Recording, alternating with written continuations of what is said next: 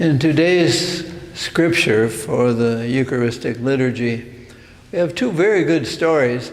Unfortunately, the first story is the second half of a longer story. Naaman, a foreigner, has discovered he has leprosy, and he has heard that Elisha is a holy man and can cure him. So he travels a long distance, and Elisha says, good, just go down to the river and you'll be healed.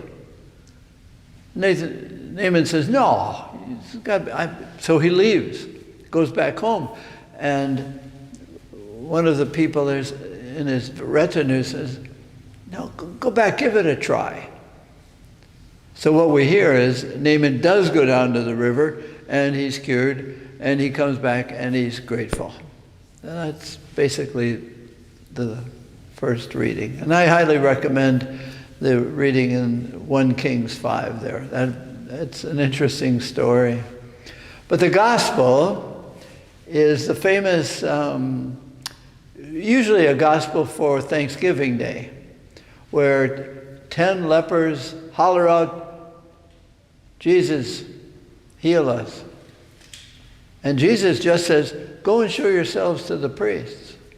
Meaning, go and fulfill the Levitical law, the law of the Jewish people, that if you have leprosy and you get cured, then go and get approval from the priests and the authorities.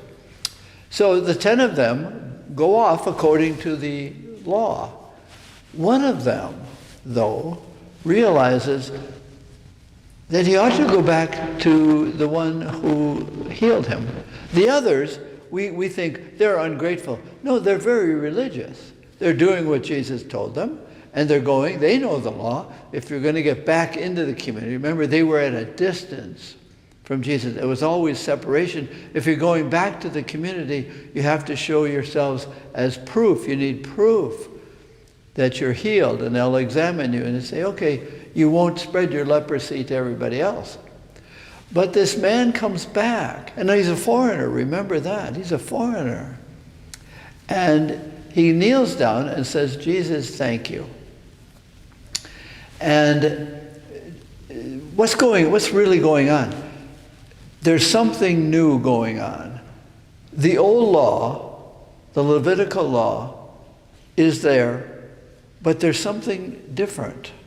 There's something new.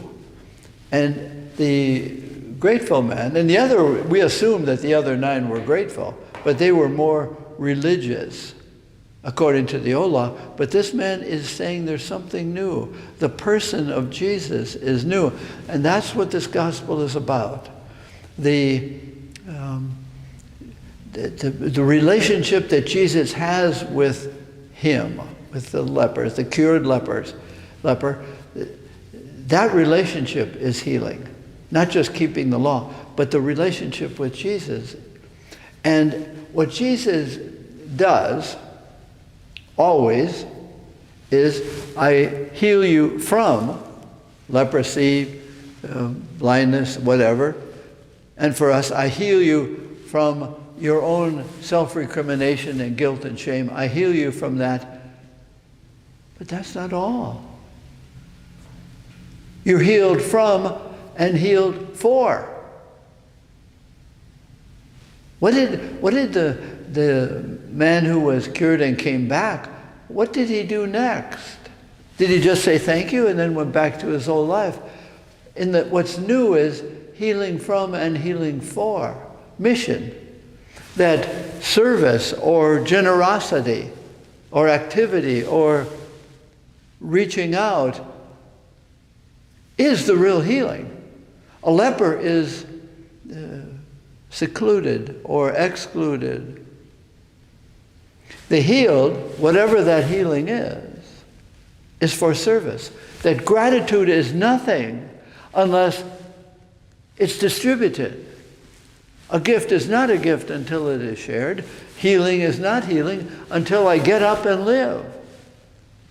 The man who's grateful, the others were grateful, but this man is grateful to Jesus, and Jesus says, good, Go and be your healed self in the life of others. So that service, generosity, is really the result of healing. And so that's the real healing. Not to be ashamed, but generous. Again, what we receive in the Eucharist is our healing. What we do with the Eucharist within us is why we were healed. Go. Be a gift. Be a healing presence. Not excluding, but joining.